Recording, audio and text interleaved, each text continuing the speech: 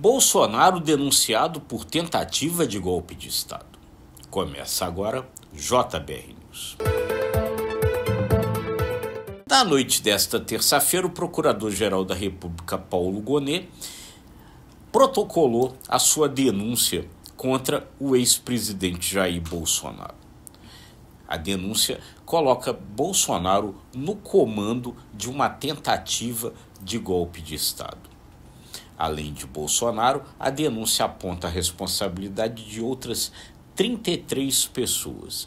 E há uma possibilidade de que outras denúncias ainda aconteçam, porque Gonet disse que resolveu fatiar a investigação da Polícia Federal, então algumas outras coisas deverão vir na sequência.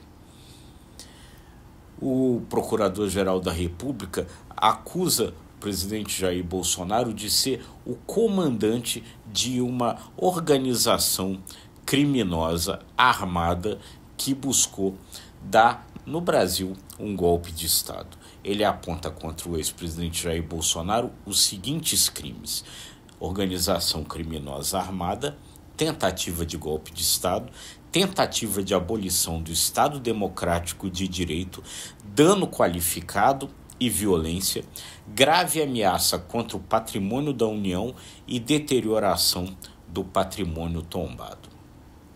Além de Bolsonaro, outras 33 pessoas estão também denunciadas, e aí entre elas estão o general Walter Braga Neto, que foi o candidato a vice-presidente da República na chapa derrotada de Jair Bolsonaro em 2022, chapa que foi derrotada pelo atual presidente Luiz Inácio Lula da Silva, o ex-ministro do Gabinete de Segurança Institucional, general Augusto Heleno, o ex-ajudante de ordem, tenente-coronel Mauro Cid, que é uma espécie de colaborador, né, da polícia e da justiça nesses processos.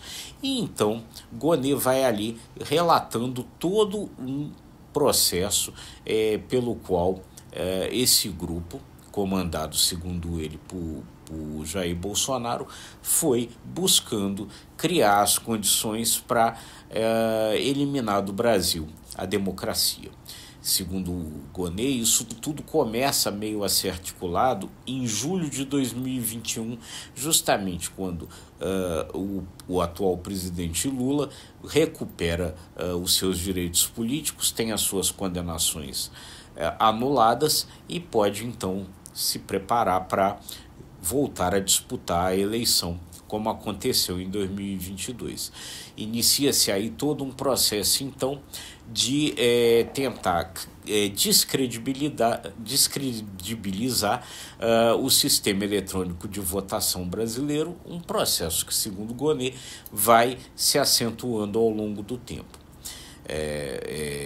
Então, houve ali todos aqueles episódios, primeiro uma live do então presidente Jair Bolsonaro questionando as urnas eletrônicas, depois a reunião que fez com embaixadores estrangeiros justamente para colocar em descrédito o sistema eleitoral brasileiro, e tudo isso sempre sem apresentar maiores provas. A gente precisa lembrar que o então presidente do Tribunal Superior Eleitoral, Luiz Roberto Barroso, chegou a colocar os militares no grupo que faria então todas as checagens do sistema eletrônico de votação, enfim, e nunca nada foi de concreto, foi encontrado para dizer que aquele sistema podia ser fraudado, ele não era confiável. Mesmo assim,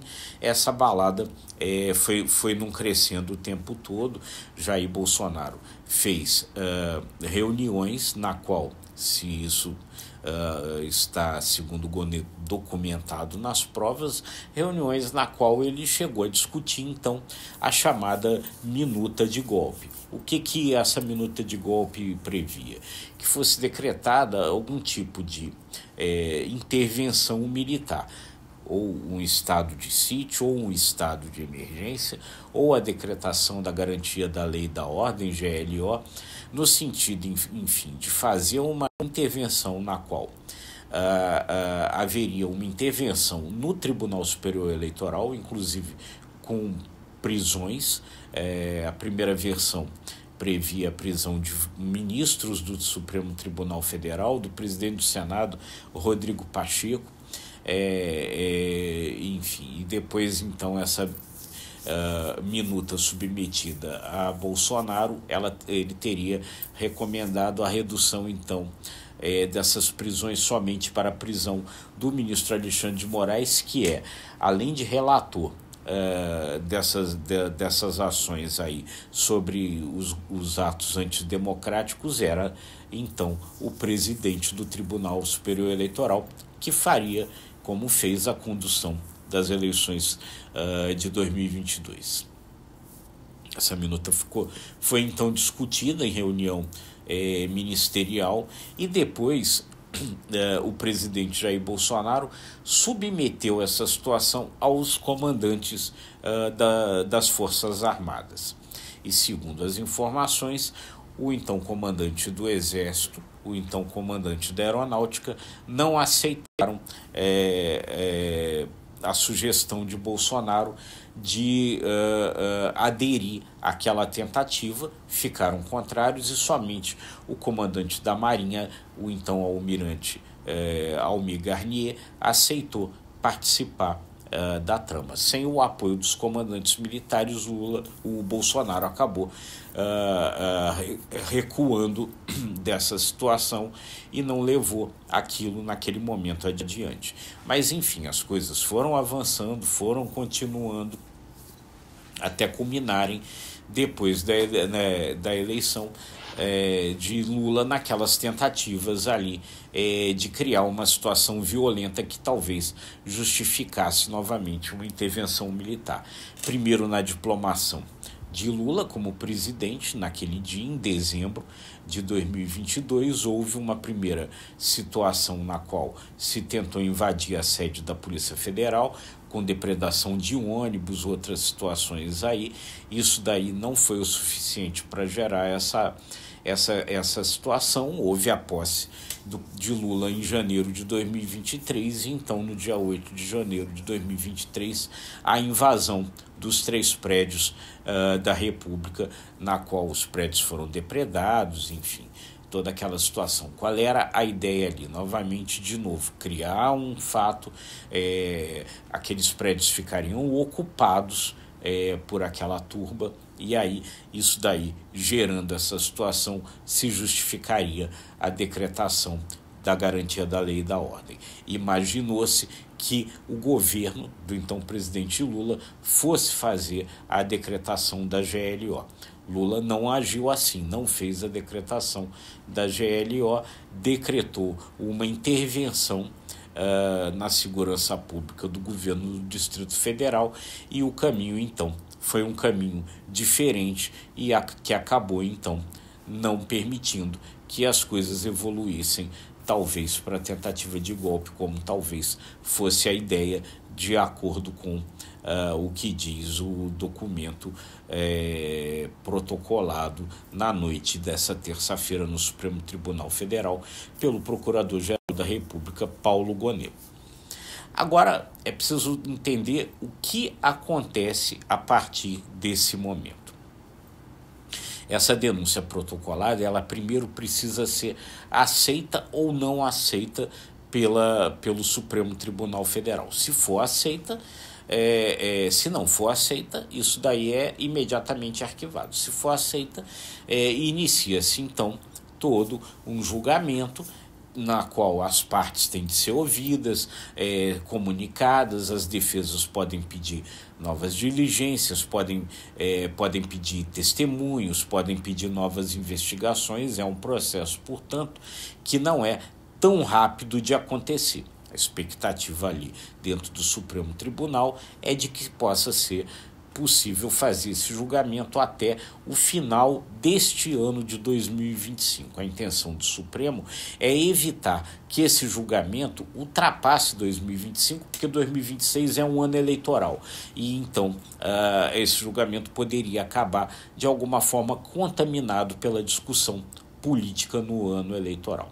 Há um problema ainda ali a ser resolvido. Pela determinação de agora, determinação do ministro Alexandre de Moraes, esse processo será julgado pela primeira turma do Supremo. Essa primeira turma do Supremo é composta pelo próprio Alexandre de Moraes, que é o relator, e também pelos ministros Cristiano Zanin, Flávio Dino, Luiz Fux e Carmen Lúcia. A expectativa ali dentro do Supremo é que, sendo julgado por essa primeira turma, haja uma unanimidade na condenação pelas posições desses ministros que compõem a primeira turma. Mas há uma discussão grande ali dentro do Supremo, no sentido de que talvez a gravidade dessa situação recomendasse um julgamento pelo plenário do Supremo Tribunal Federal. Por que em princípio, esse julgamento não é do plenário? Porque antes disso, e não relacionado exatamente a essa acusação, o Supremo mudou a forma como julgaria ações penais. Isso porque lá atrás, quando foi julgada a famosa ação penal 470, que é o mensalão, houve ali a impressão de que o Supremo ficou concentrado unicamente nessa ação penal e deixou de fazer as outras coisas de que precisa fazer. Ser corte penal não é a primeira atribuição do Supremo. O Supremo Tribunal é uma corte constitucional. Vira corte penal quando algumas das pessoas que são julgadas têm foro especial, foro privilegiado, ou seja, são aquelas pessoas que só podem ser julgadas pelo Supremo. No caso do mensalão, havia ali ministros do governo Lula daquela época e, por isso, então, o processo no Supremo. Agora, o processo é no Supremo porque os eventuais crimes de que são acusadas as pessoas foram cometidos quando elas estavam no governo. Bolsonaro era presidente e há ministros, enfim, também envolvidos. E aí, o entendimento do Supremo nesses casos em que algumas pessoas têm foro privilegiado, é de que todo julgamento aconteça na Suprema Corte. Foi assim no mensalão, vai ser assim agora. Mas há essa discussão de alguns ali, no sentido de fazer uma mudança do entendimento para que a coisa seja levada ao julgamento do plenário, como acontecia antes. Essa é uma posição, inclusive, do ex-ministro Supremo, Joaquim Barbosa, que foi o relator do mensalão. Alguns ministros estão falando que podem vir a recorrer ali dentro para que haja uma deliberação dentro do Supremo para saber se isso vai ser julgado pela primeira turma ou pelo plenário. No plenário pode não haver essa unanimidade, embora tudo indique que a maioria dos ministros do Supremo seria favorável à condenação. Mas existem 2 ministros que foram indicados por Bolsonaro quando ele era presidente, Cássio Nunes Marques e André Mendonça, que talvez tivessem uma posição divergente. E aí, o que Alexandre de Moraes parece querer? Parece querer justamente que não paire sobre o Supremo nenhuma dúvida com relação à condenação. Por isso, a primeira turma, na qual as posições ali seriam convergentes, seriam unânimes. Enfim, é toda uma discussão que se inicia agora. Bolsonaro, que contesta a denúncia de Gonê, vai, enfim, se defender. Ele ontem, na terça-feira, ele esteve no Senado conversando com aliados políticos ali para tentar buscar soluções ali políticas para a sua situação. Há o projeto sobre a anistia dos condenados do 8 de janeiro, no qual Bolsonaro quer pegar carona para ver se consegue também se livrar das acusações contra ele. Por outro lado, o que se comenta hoje na Esplanada dos Ministérios é que a denúncia de Gonê, pela sua robustez, são 272 páginas esse documento, ela teria enfraquecido ainda mais os argumentos de quem defende essa tese da anistia pelo 8 de janeiro. A gente vai estar sempre acompanhando tudo para trazer para você a melhor análise e a melhor informação, deixando sempre aqueles convites. O que você acha disso tudo? Bolsonaro comandou uma tentativa de golpe, não comandou, é culpado, é inocente? O que você acha? Comenta aí que a gente vai gostar de saber o seu comentário. Se você gostou desse conteúdo, curta, compartilhe, acesse imagemcredibilidade.com, se inscreva no ICTV e nos nossos demais canais. Muito obrigado e até a próxima.